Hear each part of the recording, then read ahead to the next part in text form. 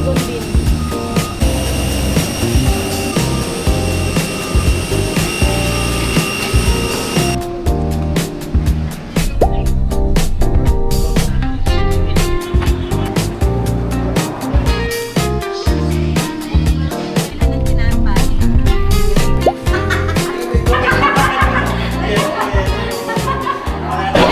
So guys, we're finally here in Osamis branch. So, nag-i-interview lang tayo right now. Laki-laki. Gusto ko ipakita natin kung gano'n talaga kalaki.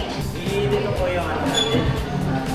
Yan, sa existing na business. Existing na business is Sir R. Mga pagpasalubong. Mga pang, ano to? Mga pang, galing dito sa Misamis. Yes po, ma'am. Delicacies. Yes po. Delicacies from Misamis. Mga banana chips.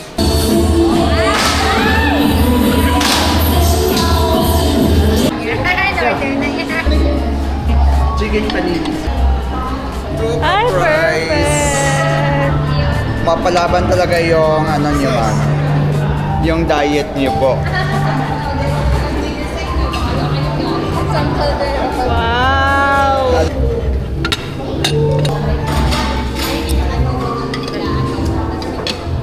Medyo mainit. Sa'yo yun. Ate, ano itong tawag dito? Puso.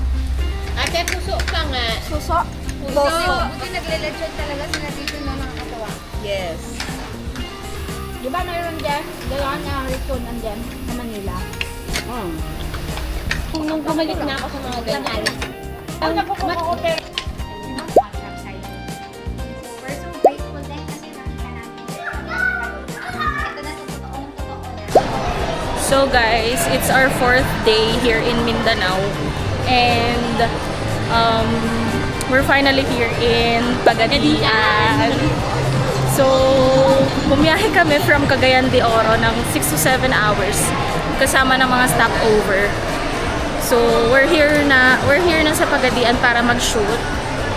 And yeah. Ano bang mangyayari ngayong araw? Kasi patapos na eh. Wala na akong masyadong share sa inyo. Pero, pakita ko sa inyo na lang kung paano kami mag-shoot.